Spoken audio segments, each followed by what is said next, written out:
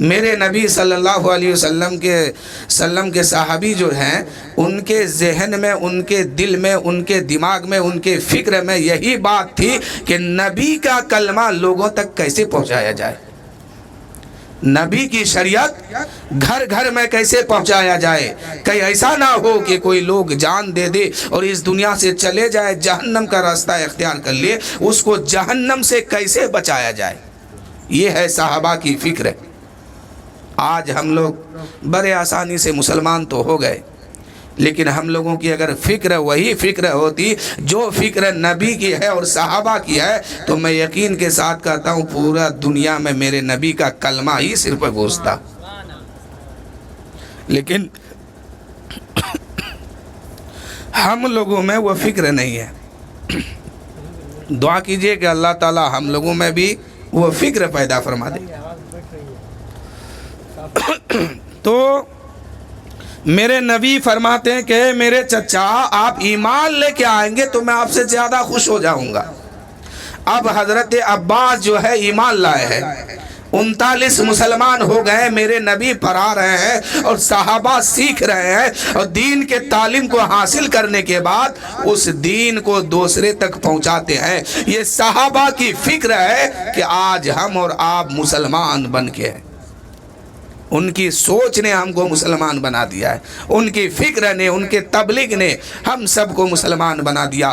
ابھی افریقہ کا کوئی انسان ایمان لایا تھا، کچھ دن قبل جو ہے وہ مکہ شریف گئے حج کرنے کے بعد جب مسجد میں بیٹھے، وہاں کے لوگوں نے کہا اے تم نیا مسلمان ہوا ہے، نیا کلمہ پڑھا، چل اٹھ کھڑا ہو جا، بتا تو نماز کیسے پڑھتا ہے، روزہ کیسے رکھتا ہے، دین کا کام کیسے کرتا ہے، کس سنت کو تو جانتا ہے، کون سی بات تم پہ فرض ہے، کیا سنت ہے، کیا واجب ہے، بتا۔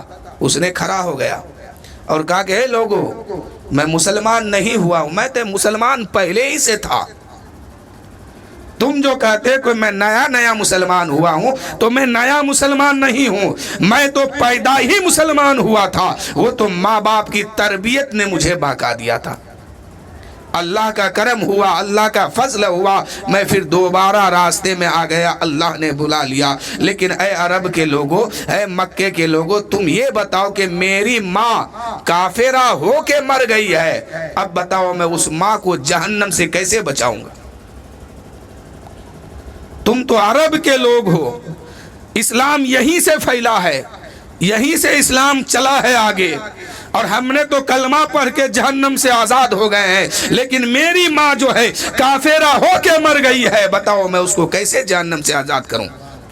اگر تم کچھ دن پہلے تبلیغ کا کام لے کے آگے بڑھتے اور دین کی بات لے کے آگے بڑھتے، ہو سکتا میری ماں اگر اس بات کو سن لیتی تو وہ بھی کلمہ پڑھ کے مسلمان ہو جاتی۔ لیکن تم اتنے مایوس اور خاموشی اختیار کیوں کیے ہو؟ آج پوری دنیا کے لوگ تبلیغ کا کام کر رہے ہیں، پوری دنیا کے لوگ تبلیغ کا کام کر رہے ہیں، دین کی دعوت دے رہے ہیں، اور عرب کے لوگ چادر اڑ کے سوئے ہوئے ہیں۔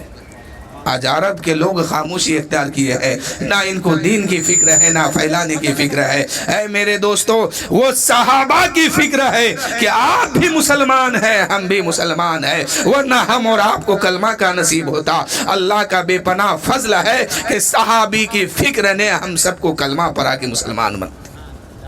شعر سنیے کہ تیغ عمر ہاتھوں میں اٹھائے، بزم نبی میں تیش میں آئے۔ عمر کیا کرنے گیا تھا؟ ابھی 39 مسلمان ہوئے ہیں، عمر کلمہ نہیں پڑھا ہے، اور عرب کا پہلوان عمر ہے، عرب کا پہلوان عمر ہے، اور میرے نبی نے رب کی بارگاہ میں دعا کی کہ پروردگار اس اسلام کی مدد کو ابو جہل کے ذریعہ کر دے یا فاروق اعظم کے ذریعے طاقت پہنچا دے مولا۔ تو اللہ تعالیٰ نے عمر فاروق کے حق میں دعا کو قبول فرمایا، لیکن ابو جہل کے حق میں دعا قبول نہیں ہوئی۔ کیوں نہیں ہوئی ابو جہل کے حق میں دعا قبول؟ ابو جہل کے چہرے پر حضرت فاطمہ الزہرا رضی اللہ تعالی عنہا نے ایک تھپڑ ماری تھی۔ فاطمہ کا تھپڑ ابو جہل پر پڑنا تھا کہ وہ دین سے اس قدر دور ہو گیا کہ ان کو کبھی توفیق نہیں ہوئی کلمہ پڑھنے کا۔ تو دعا جو ہے میرے نبی کی دعا قبول ہوئی کہاں؟ حضرت عمر کے حق میں. اور عمر ابھی کلمہ نہیں پڑھے ہیں، پہلوان ہے، اپنے گھر کے اندر آیا اور سوچنے لگا یار لوگ تو کلمہ پڑھ رہے ہیں، ایمان لے کے آ رہے ہیں، ہمارے مذہب کو برا بھلا کہتے ہیں، ہمارے خاندان کے مذہب کو برا بھلا کہتے ہیں، وہ مذہب جو میرے دادا نے بھی اختیار کیا ہے، میرے باپ نے بھی مانا ہے، ہم بھی اسی پہ چلتے ہیں، صدیوں سے وہ مذہب آ رہی ہے، لیکن ان کو آج برا بھلا کہا جا رہا ہے، ان کو چھوڑ کے لوگ کلمہ پڑھ کے مسلمان ہوتے ہیں، اس کو کیسے روکا جائے؟ اپنے گھر میں آیا، کبھی دائیں جاتا کبھی بائیں آتا اور سوچنے لگتا ہے کہ کلمے کو کیسے روکا جائے. تو سوچتے سوچتے دل نے کہا اے عمر، تم سے بڑھ کے عرب میں پہلوان کون ہے؟ سب سے بڑا پہلوان تو ہی ہے، پھر یہ کام تو کیوں نہیں کرتا ہے؟ حضرت عمر جو ہے ایمان تو نہیں لائے، ہاتھ میں کلمہ تلوار لیتے ہیں، چلے جاتے ہیں. کسی نے پوچھا کہ کہاں جا رہے ہو؟ کیونکہ لوگ جانتے تھے کہ عمر بہادر ہے، پہلوان ہے، طاقتور ہے، ہاتھ میں تلوار ہے، چہرہ غضبناک ہے. لوگوں نے پوچھا کہاں جا رہے ہو؟ کسی صحابی سے ملاقات ہو گئی. اذان ہو رہی کیا؟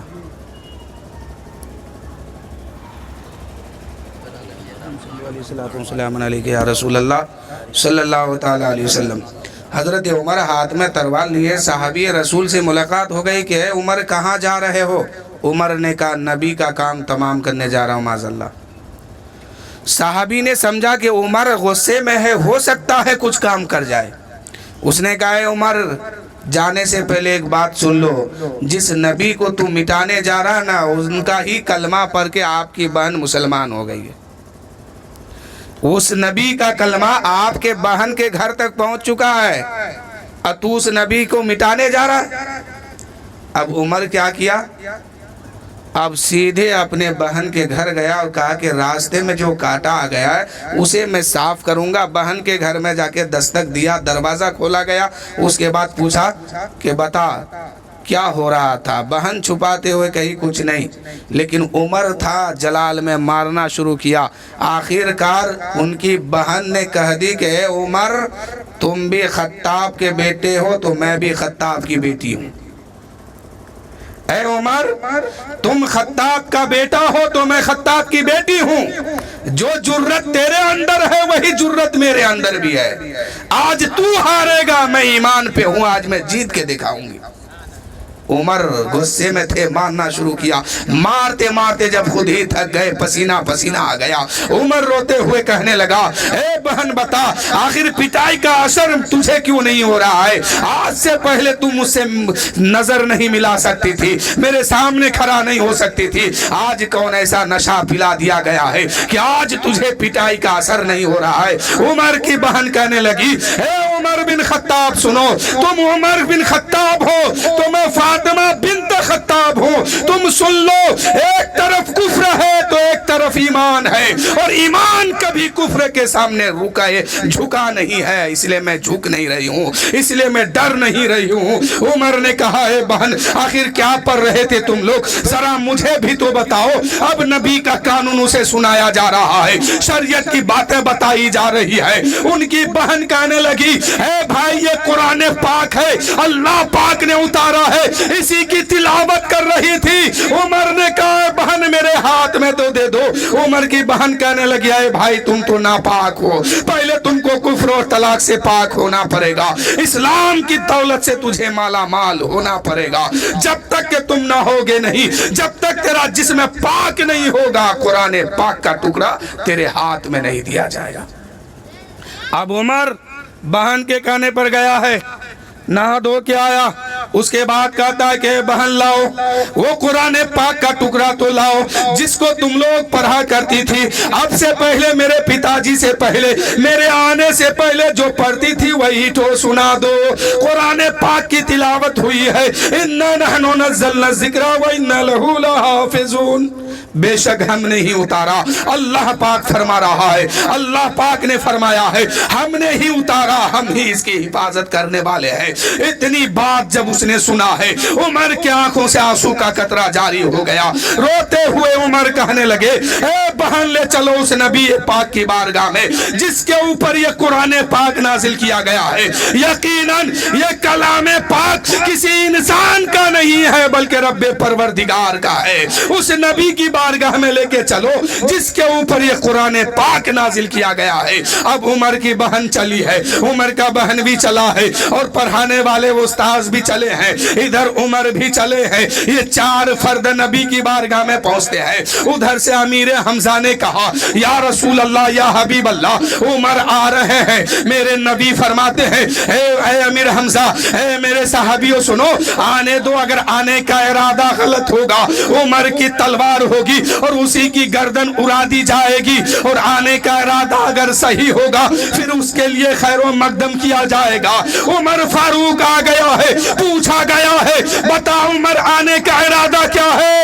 عرض کرتے ہیں, یا رسول اللہ, یا حبیب اللہ, اب تک تو میں آپ سے دور تھا, آپ کا دشمن بنا ہوا تھا. یا رسول اللہ, اسلام کا کلمہ پڑھنے آ گیا ہوں, گستاخی معاف ہو. کلمہ طیب عمر پڑھتا ہے, لا الہ الا اللہ محمد الرسول اللہ صلی اللہ علیہ وسلم. اب عمر فاروق کلمہ پڑھ کے مسلمان ہو گیا. صحابہ کرام نے نعرہ تکبیر کی, آواز کو بلند کیا, اور عمر فاروق کلمہ پڑھ کے ایمان لایا.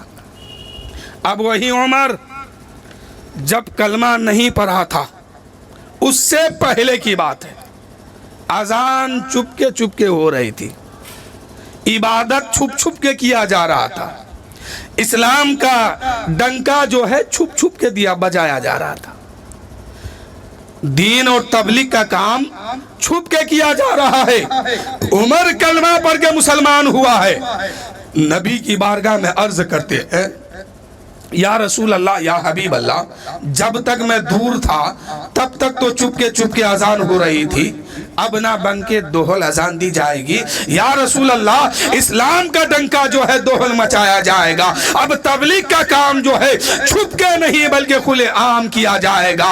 میرے نبی فرماتے ہیں, اے بلال, جاؤ کعبے کے چھت کے اوپر جا کے اذان دے دو. اس سے پہلے کعبے کے چھت پر اذان کبھی نہیں ہوئی ہے. حضرت بلال جو ہے کعبے کے چھت کے اوپر چڑھتے ہیں اور اذان دینا شروع کرتے ہیں. اذان دینے سے پہلے حضرت بلال کہتے ہیں, یا رسول اللہ, یا حبیب اللہ, اے میرے آقا, جب تک میں کعبے کے نیچے اذان دیا کرتا تھا کعبہ ہمارے سامنے ہوتا تھا, کعبے کے چھت پہ آ گیا ہوں, کون سا کعبہ میرے سامنے ہوگا؟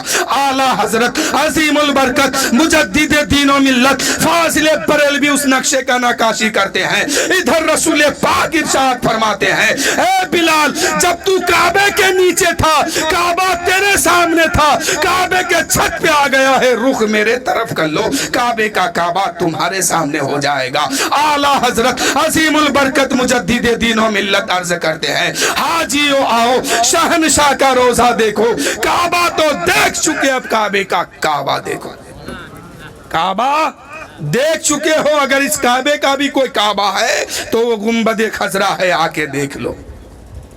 حاجیو آؤ, شہنشاہ کا روزہ دیکھو, کعبہ تو دیکھ چکے ہو, اس کعبے کا جو کعبہ ہے اسے بھی آ کے دیکھو.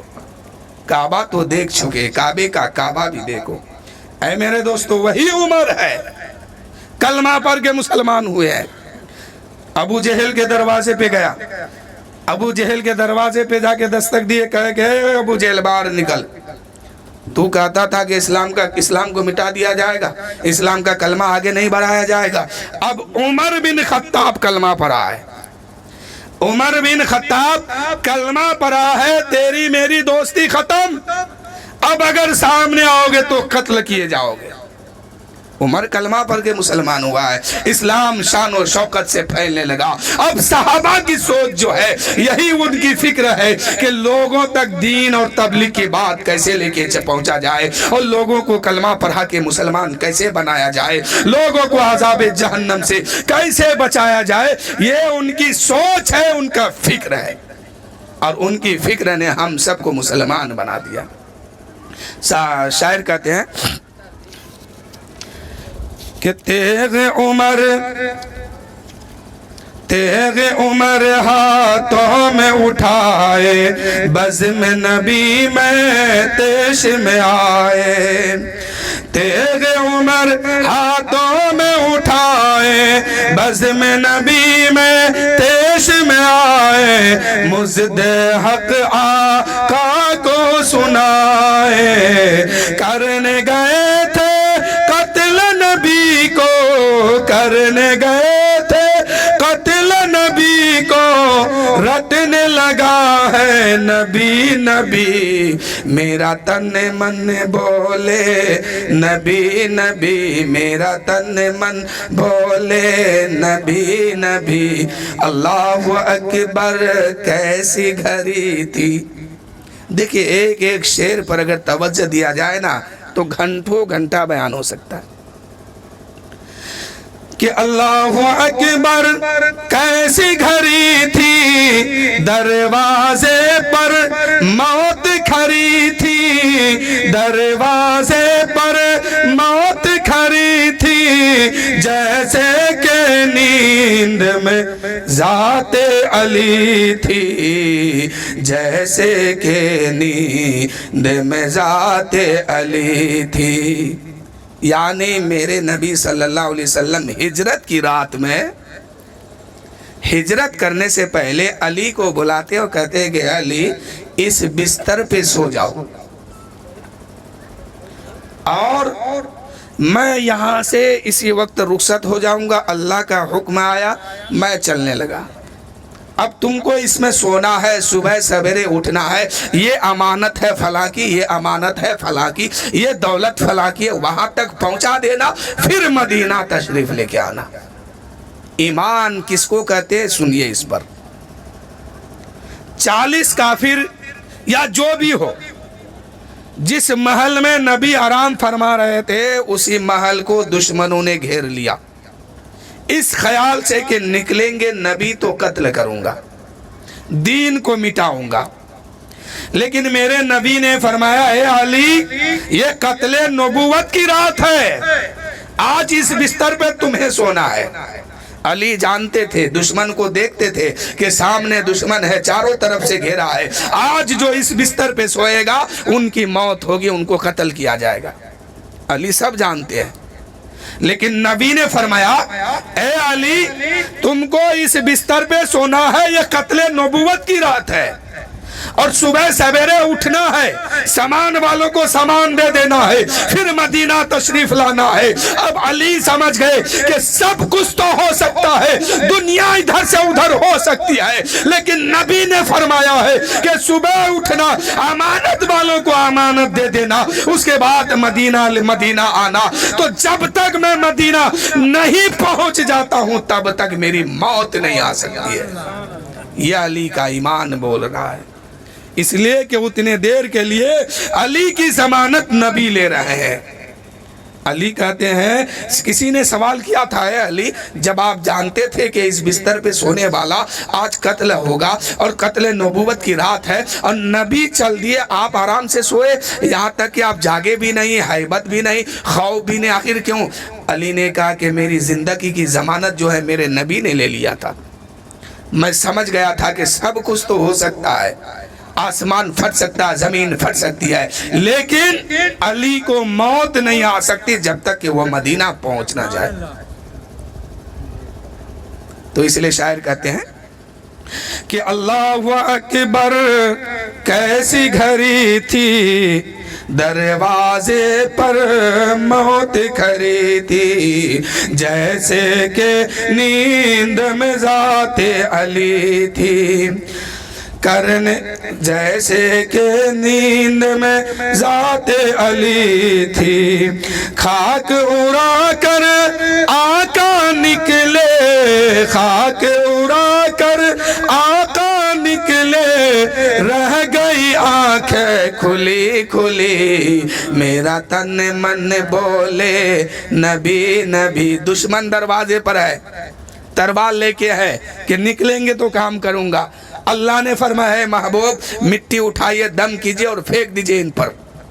مٹی میرے نبی صلی اللہ علیہ وسلم اٹھائے، پھونکے، دم کیے، پھینک دیا۔ اب ان کے سامنے سے نبی گزر گئے، ان کے سامنے سے نبی گزرے، کفار و مشرک ان کو دکھائی نہیں دیا، اندھا ہو گیا یہ، اور نبی وہاں سے آگے چل دیے۔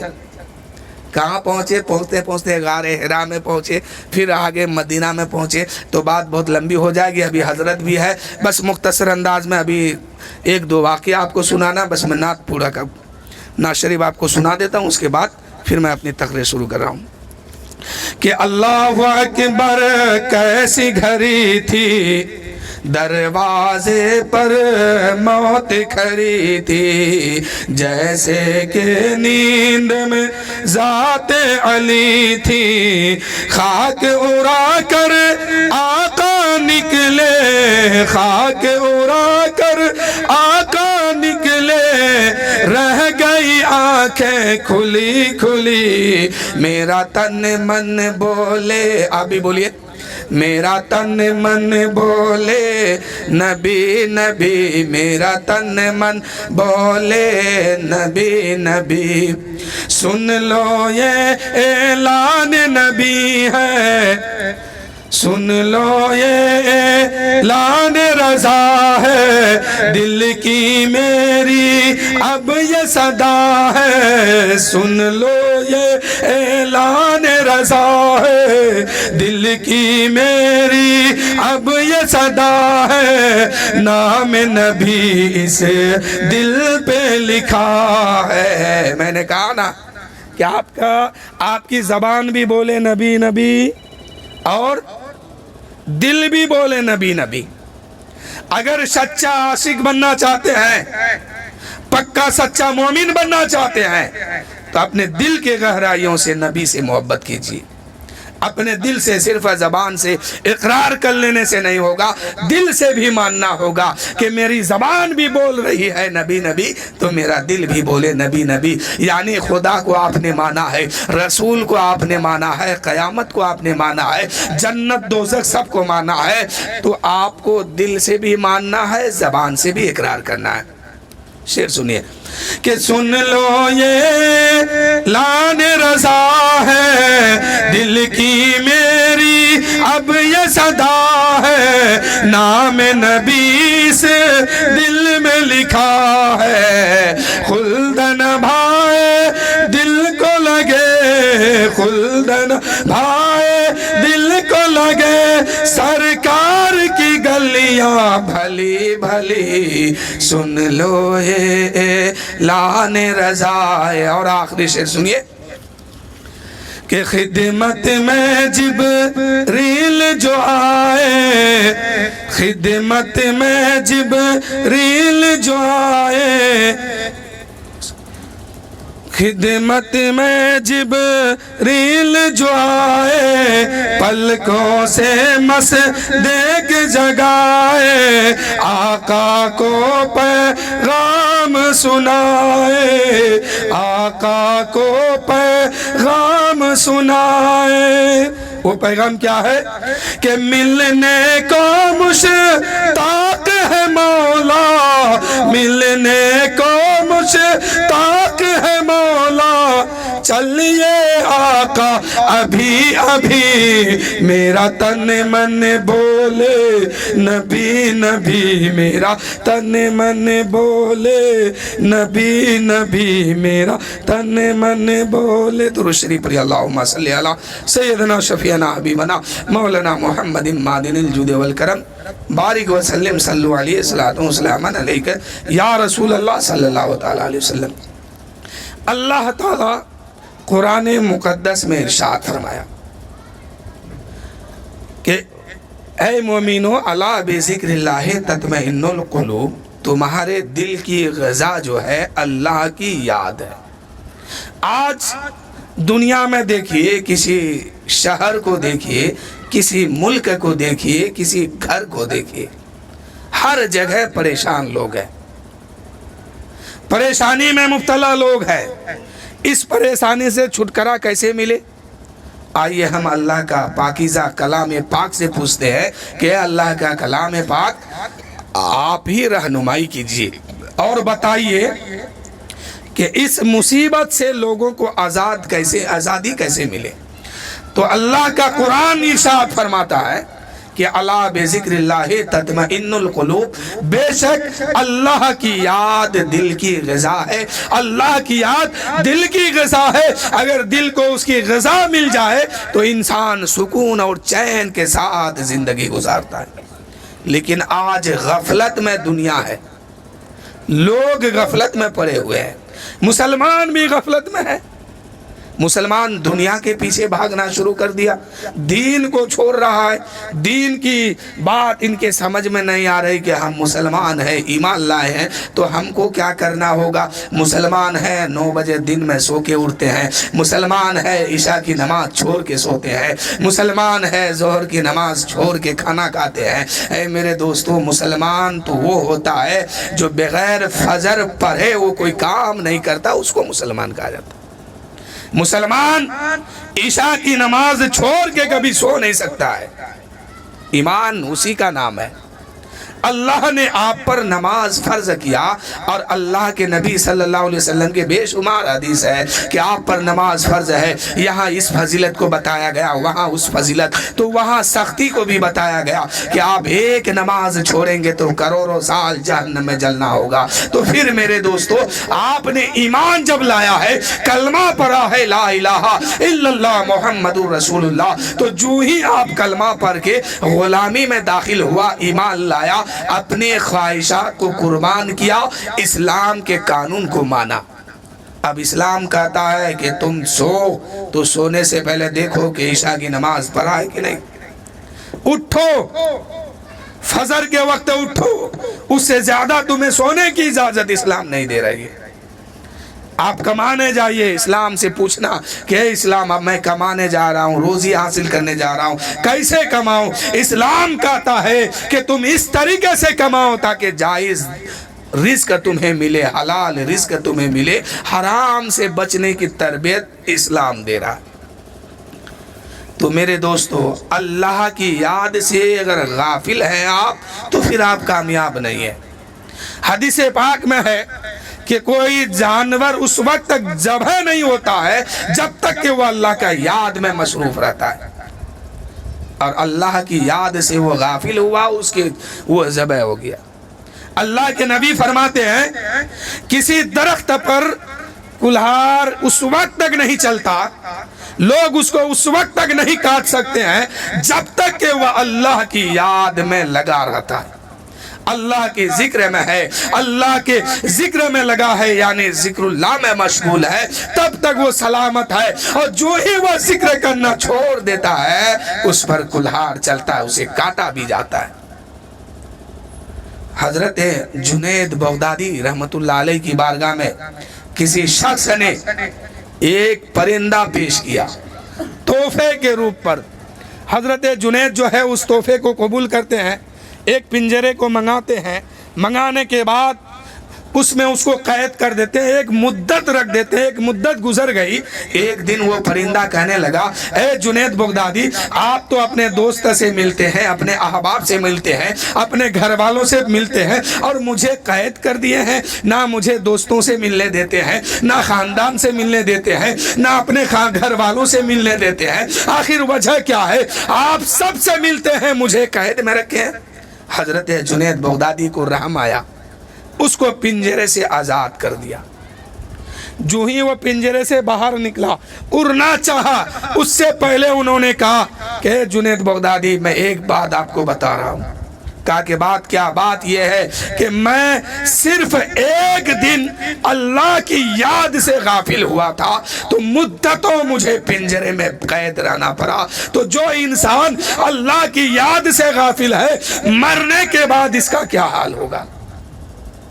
میں نے صرف ایک دن میں ایک لمحہ کچھ ہی دیر اللہ کی یاد سے غافل ہوا تھا، تو میری سزا یہ ہے کہ مدتوں مجھے پنجرے میں قید رہنا پڑا۔ لیکن جس نے پوری زندگی میں نماز چھوڑ کے بیٹھا ہے، روزہ چھوڑ کے بیٹھا ہے، دین کی بات سے دور ہو گیا ہے، شریعت پر نہیں چلتا ہے، اس کا کیا حال ہوگا مرنے کے بعد؟ حضرت جنید بغدادی کی آنکھ سے آنسو کا قطرہ جاری ہو گیا۔ میرے دوستو، ایک پرندے کا کا حال یہ ہے کہ وہ اللہ کی یاد سے غافل نہیں ہوتا ہے، اور اگر غافل ہوتا ہے تو وہ شکاری کے جال میں پھنستا ہے۔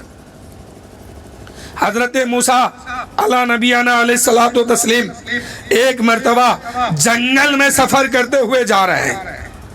حضرت موسیٰ کے دل میں خیال آیا کہ اللہ اس وقت اس جنگل میں ذکر الہی میں مشغول ہوں، میرے علاوہ کوئی نہیں ہے۔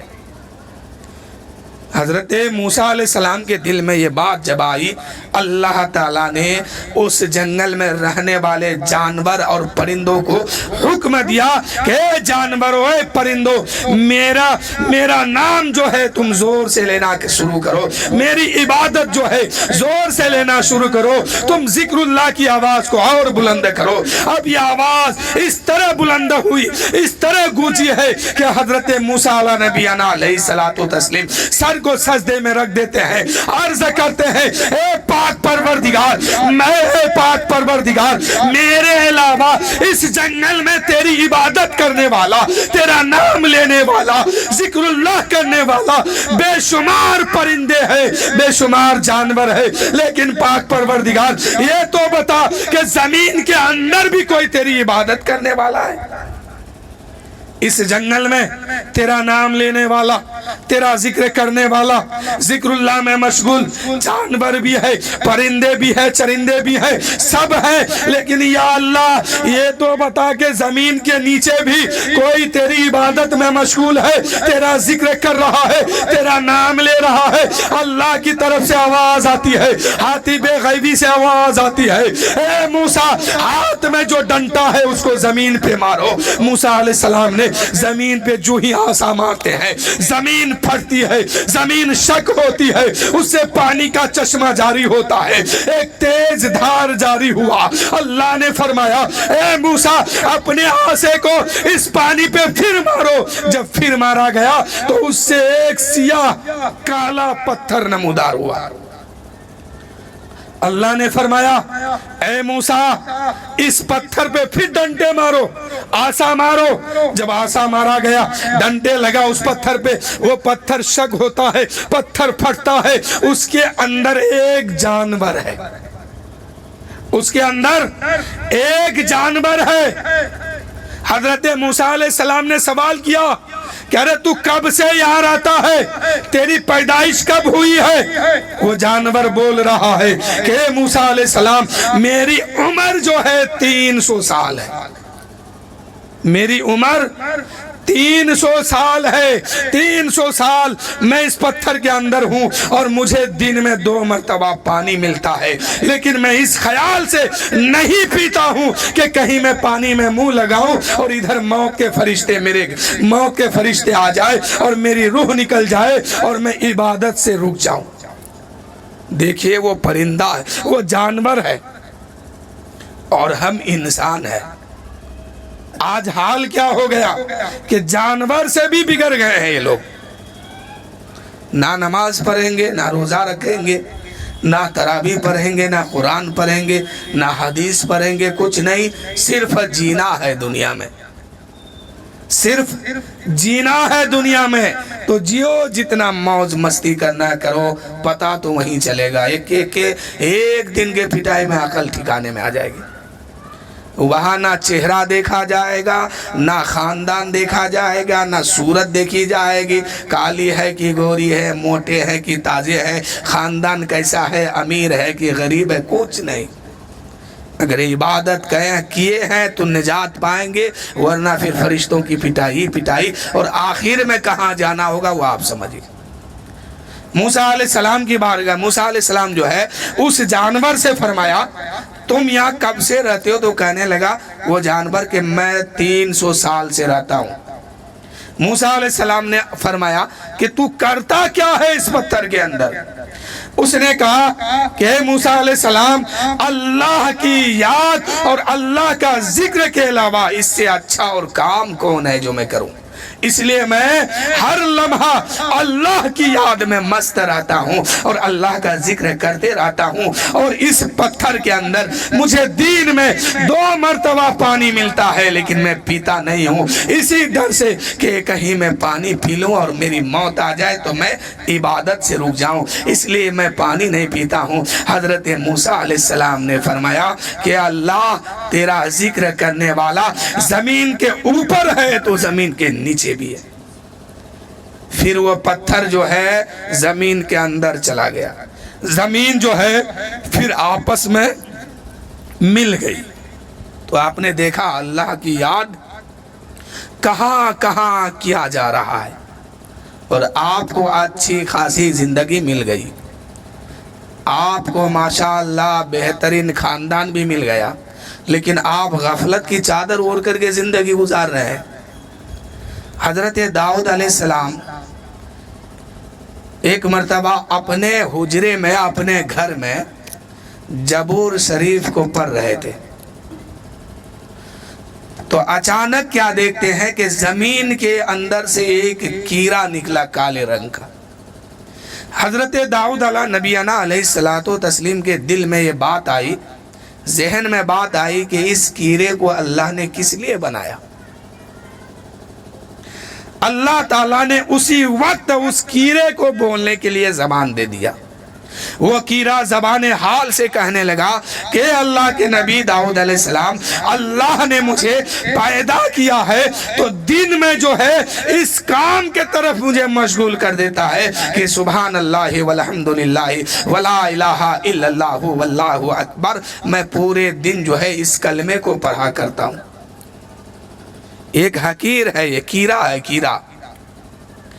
وہ داؤد علیہ السلام کی بارگاہ میں کہنے لگے کہ داؤد علیہ السلام، اللہ نے مجھے پیدا کیا اور میرے دل کو جو ہے پورے دن میں اس بات پر مشغول کر دیتا کہ اس کلمے کو میں پڑھتے رہتا ہوں، اور جب رات آتی ہے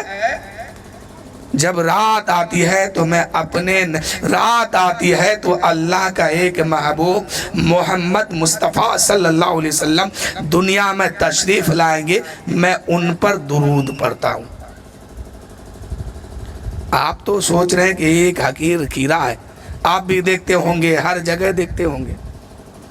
اس کیڑے نے کہا کہ اللہ کے نبی، میں دن میں میرے دل کو اللہ تعالیٰ نے پورے دن میں اس کلمے کے طرف جھکا دیا ہے کہ سبحان اللہ وبحمدہ سبحان اللہ العظیم، اس کلمے کو میں پڑھا کرتا ہوں، اور جب رات آتی ہے تو اپنے محبوب کے درود پڑھنے میں مجھے مشغول کر دیتا ہے میرا رب، اور میں پڑھتا ہوں اللہم صلی علی محمد وآلہ واصحابہ، یعنی میں درود بھیجتا ہوں ان کے نبی پر اور ان کے آل پر اور ان کے صحابہ پر سلامتی کی دعا کرتا ہوں۔ رات کا یہ کام ہے، دن کا یہ کام ہے۔ حضرت داؤد علیہ السلام جو ہے لرز گئے اور اللہ کی بارگاہ میں توبہ کی، اس لیے کہ انہوں نے حقیر جانا تھا، اور کہا کہ مولا مجھے معاف فرما دے، میں نے اسے حقیر جانا تھا لیکن اس کا کام تو بہت اعلیٰ ہے۔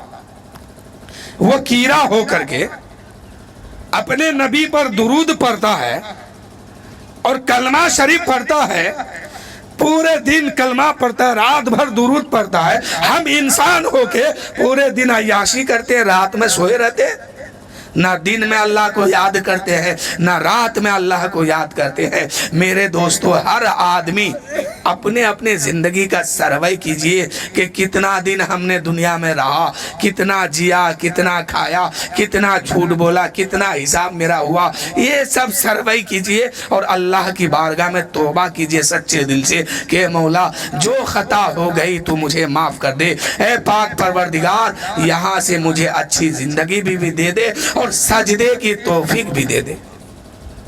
اللہ تعالیٰ جب بندے سے ناراض ہوتا ہے نا تو سب سے پہلے سجدے کی توفیق چھین لیتا ہے، اور اللہ کا یہ بہت بڑا عذاب ہے بندوں پر کہ اللہ نے سجدہ کرنے سے آپ کو روک دیا۔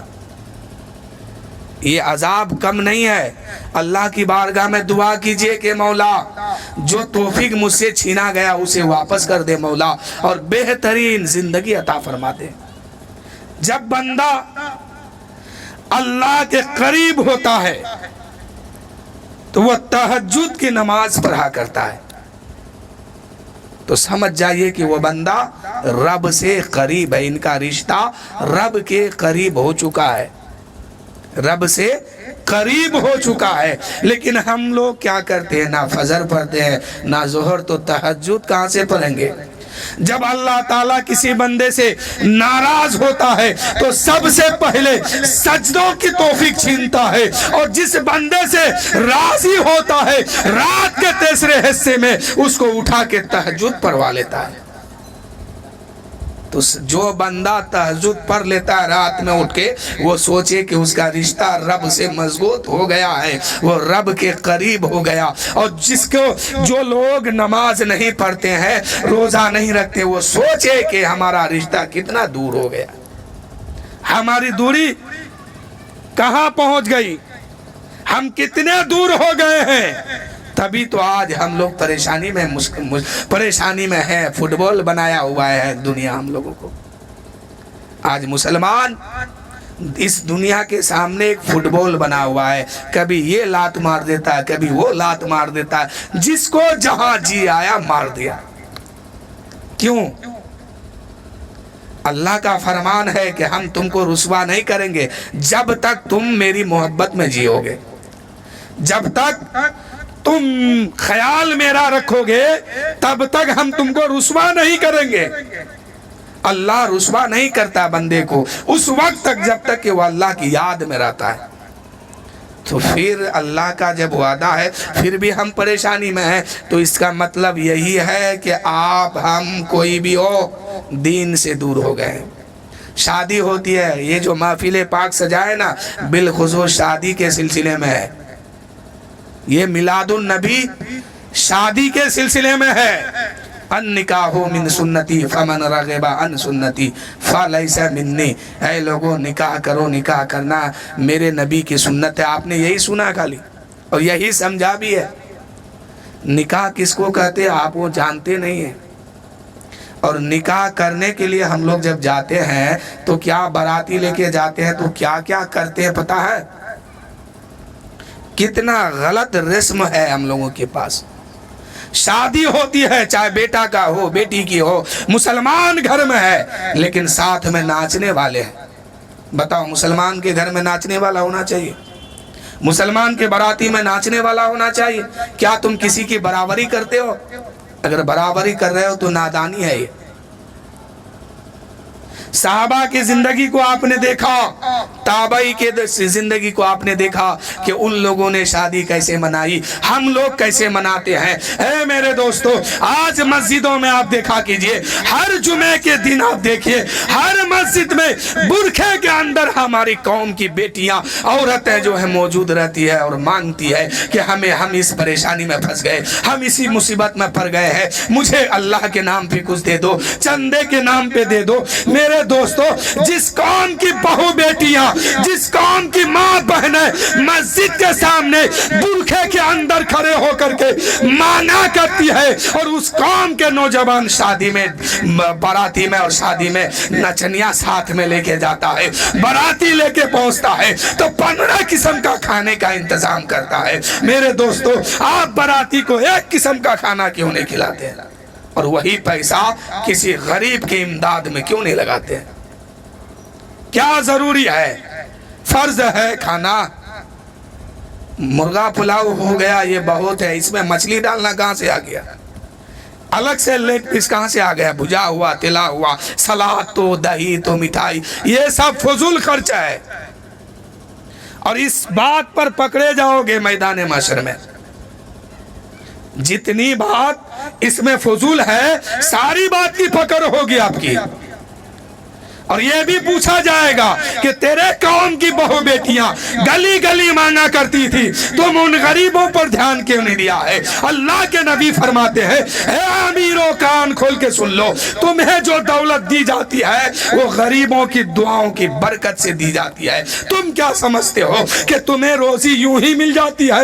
نہیں۔ اے امیرو، اے مالدارو، کان کھول کے سن لو، میرے نبی کی حدیث ہے یہ، میرے نبی فرماتے ہیں، اے امیرو کان کھول کے سن لو، اے مالداروں کان کھول کے سن لو، تمہیں جو روزی دی جاتی ہے وہ غریبوں کی دعاؤں کی برکت سے دی جاتی ہے۔ تم کیا سمجھتے ہو کہ یوں ہی مل جاتا ہے؟ آپ کسی غریب کو 10 روپیہ دیتے ہیں چندے میں، وہ غریب لیتے ہیں، مسکرا دیتے ہیں، چہرے میں مسکراہٹ آتا ہے، اس کے بعد وہ کیا کہتے ہیں؟ اللہ تیرے بکری کو سلامت رکھے، اللہ تیرے بھینس کو سلامت رکھے، اللہ تیرے کاروبار کو سلامت رکھے، اللہ تعالیٰ تیرے کاروبار میں برکت دے، اللہ تعالیٰ تیرے آل اولاد کو سلامت رکھے۔ دعائیں دیتے ہوئے وہ نکلتے ہیں۔ 10 روپے کی نوٹ پر اتنی بڑی دعا آپ کے لیے ہو گئی۔ اللہ کے نبی فرماتے ہیں اسی دعا کی برکت سے اور اسی دعا کے صدقے میں اے امیرو تجھے روزی دیا جاتا ہے، اور آپ کو دیا گیا تو آپ کیا کیے؟ اس کو بارات میں کہیں نچنیا کے نام پہ اس کو خرچ کر دیا، تو کبھی فضول رسم میں اس کو برباد کر دیا، کبھی کسی اور مقام پہ برباد کر دیا۔ کیا آپ سے پوچھا نہیں جائے گا کہ غریب آپ کے محلے میں، آپ کے سماج میں، آپ کے قوم میں بھوکا سویا تھا، اس غریب کو، اس غریب کے آہ میں تم نے کھانا کیوں نہیں پہنچایا؟ یہ سوال تم سے ہوگا۔ کیا سمجھتے ہیں کیا امیر ہو گئے تو ہم سے کچھ نہیں پوچھا جائے گا؟ امیر کو زیادہ حساب دینا ہوگا۔ میرے دوستو، ہر انسان محتاج ہے۔ قرآن کہتا ہے کہ تم سب کے سب فقیر ہو۔ یا ایھا الناس انتم الفقراء، ایسے ہی ایک آیت ہے، 29واں پارہ کی ہے، پوری آیت ابھی ذہن میں نہیں آ رہی۔ اللہ تعالیٰ فرما رہا ہے، اللہ کا فرمان ہے، قرآن اعلان کرتا ہے کہ اے لوگو تم سب کے سب فقیر ہو، محتاج ہو اللہ کا۔ جب تک وہ دے گا نہیں تب تک تیرا کام نہیں چلے گا۔ تو سب کے سب ایک دوسرے کے محتاج ہے۔ ایک سیٹ ہے تو وہ محتاج کس کے ہوئے؟ کام دینے والوں کی۔ ایک آدمی کو کام ملتا ہے تو وہ محتاج کام دینے والے کے ہے۔ فیکٹری والے کو کام محتاج وہ مزدور کے ہوئے۔ مزدور نہیں ہے تو فیکٹری کو ٹھینگا دکھا دیا جائے گا، بھکاری بن جائے گا وہ۔ تو وہ محتاج مزدوروں کے ہوئے۔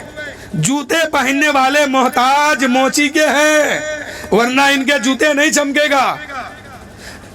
کپڑا پہننے کے لیے محتاج یہ لوگ درجیوں کا ہے۔ اگر درجی نہیں ہوں گے تو آپ کو کپڑا پہننے کہاں سے ملے گا؟ ہر آدمی ایک دوسرے کے محتاج ہے۔ اللہ تعالیٰ نے بنایا ہی ایسا، نظام ہی ایسا قائم کیا کہ سب کو ایک دوسرے کے محتاج بنا دیا۔ تو پھر کوئی یہ نہ سمجھے کہ ہم امیر ہیں تو ہم محتاج نہیں ہیں۔ ہم امیر ہیں، آپ بھی کسی کا محتاج ہے۔ اس لیے آپ محتاجوں کا خیال رکھا کیجئے، ورنہ میدان معاشر میں بہت سخت پکڑ ہوگی۔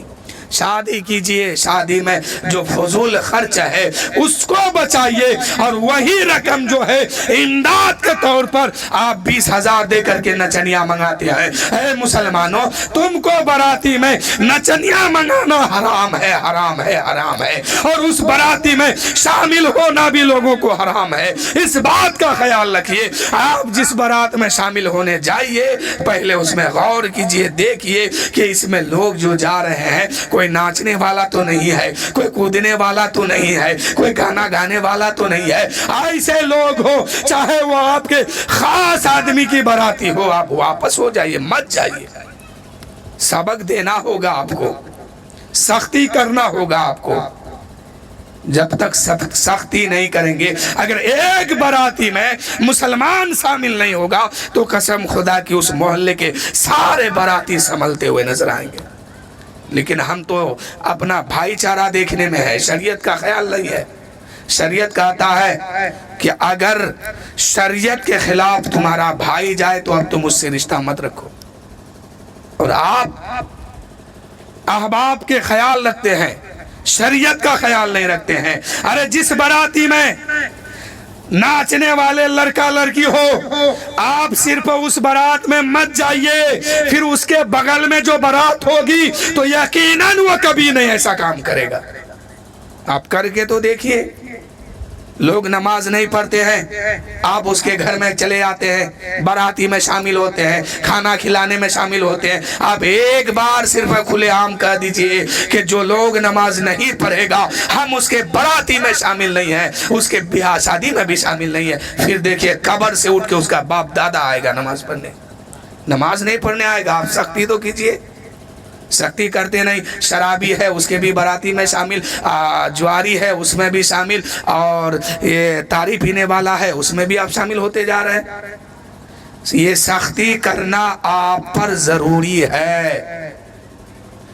اور کہہ دیجئے کہ جس گھر سے نماز پڑھنے لوگ نہیں آتے ہیں اس کے گھر میں کسی بھی کاج کرتا میں ہم شامل نہیں ہیں۔ پھر دیکھیے اس گھر کا ایک ایک فرد نمازی کیسے نہیں بنتا ہے، لیکن وہ عیش میں ڈوبا جا رہا ہے، آپ ان کے غلامی میں پڑے ہوئے ہیں۔ آپ سمجھا رہے نہیں سمجھتا ہے۔ سختی کیجئے، سختی۔ اللہ کے رسول فرماتے ہیں اگر بچہ 7 سال کا ہو جائے اسے نماز سکھاؤ، اور 12 سال ہو جائے اب اسے مارو پیٹو، سختی کرو نماز پڑھانے کے لیے، نماز پڑھنے کے لیے اب اس پہ سختی کرو۔ تو آپ کو کرنا ہوگا۔ رمضان کے مہینے پہ روزہ نہیں رکھتا ہے اور میلاد کا دعوت دے تو آپ دوڑتے ہوئے جاتے ہیں۔ آپ نے سختی کیوں نہیں کیا کہ تم ہم سے ہر کام لیتے ہو، ہم تمہارے میلاد میں بھی شامل ہے، شادی بیاہ میں بھی شامل ہے۔ میلاد میں تو آنا چاہیے، اس میں اللہ اور رسول کا ذکر ہوتا ہے، لیکن شادی بیاہ میں آپ سختی کیجئے ان سے کہ تم رمضان شریف کا روزہ نہیں رکھتے ہو، ہم تیرے گھر میں شادی میں شامل نہیں ہے اور تم کو ہم اپنے شادی میں شامل بھی نہیں کریں گے۔ پھر دیکھیے اس کا باپ روزہ رکھے گا، روزہ نہیں رکھے گا۔ اور روزہ رکھنا کوئی پہاڑ ہے؟ نیت اگر درست ہو تو یہ جو موسم ابھی گزرا یہ کوئی موسم نہیں ہے، نیت صاف ہونی چاہیے۔ اب نیت ہی ہے کہ ہم رکھ پائیں گے کہ نہیں رکھ پائیں گے، اتنے میں تھوڑی سی پیاس لگی چلو پانی پی لیتے، ہم سے نہیں ہوگا، یہ کوئی بات ہوئی؟ مسلمان جب کلمہ پڑھتا ہے تو اپنی خواہشات کی قربانی دیتا ہے، وہ اپنے خواہش کے مطابق اب وہ جی نہیں سکتا ہے، اس لیے کہ وہ اپنا تن من دھن سب اللہ اس کے رسول کے راہ پہ قربان کر دیا ہے اور غلامی کا پٹا گردن پہ ڈالا ہے اور کہا کہ اے پاک پروردگار ہم مریں گے بھی اسی دین کے خاطر، جیئیں گے بھی تو اسی دین کے خاطر۔ اسلام کا کلمہ پڑھنے کے بعد آپ کی آزادی ختم ہو گئی۔ آپ فجر میں سوئے رہیں گے، 7 بجے دن اٹھیں گے، فجر کی اذان 5 بجے ہوتی ہے، اسلام کا قانون آپ پہ لاگو ہوگا اور کہا جائے گا خبردار اب تمہیں سونا نہیں ہے، اٹھ اور فجر کی نماز پڑھ۔ آپ بتائیے اتنے لوگوں میں، ہم لوگوں میں کتنے لوگ نماز پڑھتے ہیں؟ کہاں گیا آپ کا قانون؟ آپ نے تو کہہ دیا کہ ہمارا چلنا مرنا جینا خواہش اور قانون دستور سب اسلام کے طریقے پہ ہوگا۔ کیا آپ کا دعویٰ جھوٹا ہے؟ آپ جھوٹ موٹ کا مسلمان ہیں؟ اگر سچے دل سے ہے تو پھر اسلام کا قانون مانیے اور 7 بجے تک سونا بند کیجئے، فجر کی اذان میں اٹھیے اور اٹھنے کے بعد اللہ کی بارگاہ میں نماز کے لیے کھڑے ہو جائیے، اور نماز جب مکمل ہو جائے اللہ کا فرمان ہے تم روزی تلاش کرو حلال، اب جاؤ پھیل جاؤ زمین پہ۔ اب زمین پہ آپ جب پھیلیں گے تو اسلام سے پوچھیں گے ہم یہ کام کر لیں، اسلام سے پوچھیں گے کہ ہم یہ کام کر لیں، اسلام کہے گا آگے بڑھو، یہ کام تیرے لیے حلال نہیں ہے۔ پھر آگے بڑھے، پھر ہم نے اسلام سے پوچھا یہ کام کر لیں، اسلام کہتا ہے یہ کام بھی تیرے لیے حلال نہیں ہے، ناجائز ہے، اور آگے بڑھو، فلاں کام کی طرف آگے بڑھو۔ جب آگے بڑھتے ہیں اور مسلمان پوچھتا ہے اپنی شریعت سے، اسلام سے کہ ہم یہ کام کر لیں، اسلام کہتا ہے یہ کام تیرے لیے حلال ہے، یہ روزی بھی تیرے لیے حلال ہے، یہ جائز کام ہے، اسے تم کر لو اپناؤ۔ کام کیے، اس کے بعد ظہر کا وقت آیا، اسلام کہتا ہے کام روکو، ظہر کے لیے اللہ کی بارگاہ میں چلو، اللہ کی بارگاہ میں سجدہ کرو، تم پہ نماز فرض کیا گیا، نماز پڑھو۔ ظہر میں نماز پڑھے، پھر عصر تک کام کر رہے، عصر کی نماز پڑھے، پھر مغرب تک کام کر رہے، اس کے بعد جو ہے عشاء کی نماز پڑھنے کے بعد اسلام کہتا ہے کہ تم سونے میں جلدی کرو، اس لیے کہ فجر میں تمہیں اٹھنا ہے۔ لیکن ہمارا قانون کہاں چلا گیا؟ اسلام کا کلمہ پڑھیں گے، آپ کا میرا سب کا قانون ختم، قانون اور خواہشات کی قربانی دینی ہوگی، اس کے بعد آپ جنت کا حقدار بنیں گے۔ تو میرے دوستو، اللہ تعالیٰ کی بارگاہ میں دعا ہے کہ مولا جو شادی ہونے والی ہے، جس بچے اور بچی کی مولا تو اپنے حبیب کے صدقے میں اس نکاح کو سنت مصطفیٰ کے صدقے میں قبول فرما، اور ان کے نسل کو تا قیامت تک جاری فرما، اور نیک اور صالح اولاد عطا فرما۔ میرے دوستو، اولاد مانگیے تو نیک مانگا کیجیے۔ حضرت زکریا علیہ السلام آخری عمر میں اللہ کی بارگاہ میں اولاد مانگی، کہا کہ پروردگار اب تو وہ ماحول نہیں ہے، اب تو وہ جوانی بھی نہیں ہے، اب وہ عمر بھی نہیں ہے، لیکن میرے مولا دل یہ کہتا ہے کہ مجھے نیک اور صالح اولاد دے۔ اللہ نے دعا قبول فرمائی اور نیک اور صالح اولاد عطا فرمایا۔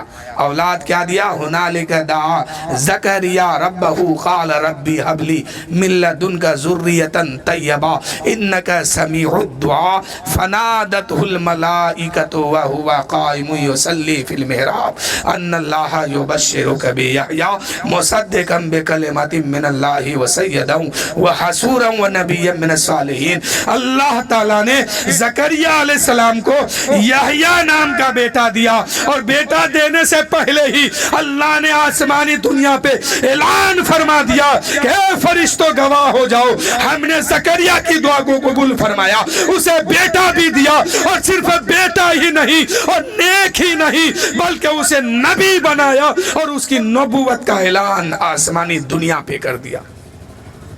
اللہ نے زکریا علیہ السلام کو بیٹا دیا، ابھی بیٹا دنیا میں نہیں آیا کہ اللہ تعالیٰ نے آسمانی دنیا پہ اعلان فرمایا کہ اے فرشتوں گواہ بن جاؤ، زکریا کو بیٹا دیا ہے، لیکن وہ بیٹا صرف بیٹا نہیں ہوگا بلکہ میرا نبی بھی ہوگا، اور اس کے نبوت کا اعلان آسمانی دنیا پہ آج میں کر رہا ہوں۔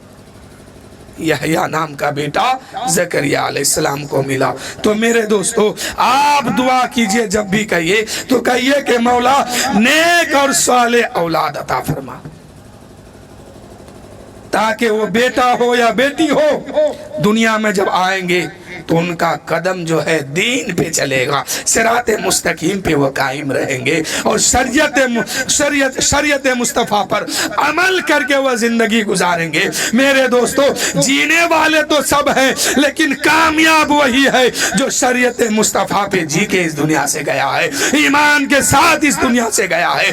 اس لیے میرے دوستو، آپ اپنے بیٹا ہو یا بیٹی ہو، بھائی ہو، بہن ہو، کسی کا بھی نکاح کرائیے اور شادی کرائیے تو اس پہ خاص یہ توجہ رکھیے کہ سنت کے طریقے پہ ہو رہا ہے کہ نہیں، سنت میں ہم عمل کر رہے ہیں کہ نہیں، شریعت مصطفیٰ پہ ہم عمل کر کے اس کام کو انجام دیتے ہیں کہ نہیں۔ تو میرے دوستو، یقیناً وہ شادی بھی رب کی بارگاہ میں قبول ہوگی، اور اس دولہا دلہن کی زندگی اللہ کی بارگاہ میں مقبول ہوگی، اور اس سے نیک اور صالح اولاد اللہ تعالیٰ عطا فرمائے گا۔ تو آپ اپنے بچوں کی شادی کیجئے۔ النکاح من سنتی فمن رغب عن سنتی فلیس منی۔ اے لوگو، میرے نبی فرماتے ہیں، اے لوگو نکاح کرو، نکاح کرنا میری پسندیدہ سنت ہے، اور اس سنت کو جو ہے میرے نبی پسندیدہ کہتے ہیں، تو اس پہ عمل بھی آپ کیجئے۔ ایسا نہیں کہ نام سنت کا ہو، لیبل کچھ اور ہو، نام سنت کا ہو، کام کچھ اور ہو۔ نہیں میرے دوستو، آپ بیٹا بیٹی کی شادی دلائیے تو شریعت مصطفیٰ پہ عمل کر کے، حضرت فاطمہ کی زندگی کو دیکھ کے، علی مرتضیٰ کی زندگی کو دیکھ کے، صحابہ کرام کی زندگی پہ دیکھ کے عمل کیجئے، اور کہیے کہ میرے مصطفیٰ نے اپنی بیٹی کی شادی جس طریقے سے کیا ہے، اسی طریقے پہ ہم اپنی بیٹی کی شادی کرائیں گے، اپنے بیٹوں کی شادی کرائیں گے۔ تو میرے دوستو، میرے مصطفیٰ جان رحمت جب اپنی بیٹی کو رخصت کیا تھا، اس وقت میرے نبی کے آنکھوں سے آنسو کا قطرہ جاری ہو گیا۔ حضرت فاطمہ اس قطرے کو اپنے ہاتھ میں لے لیتی ہے اور عرض کرتی ہے اے میرے ابا حضور یہ رونے کی وجہ کیا ہے؟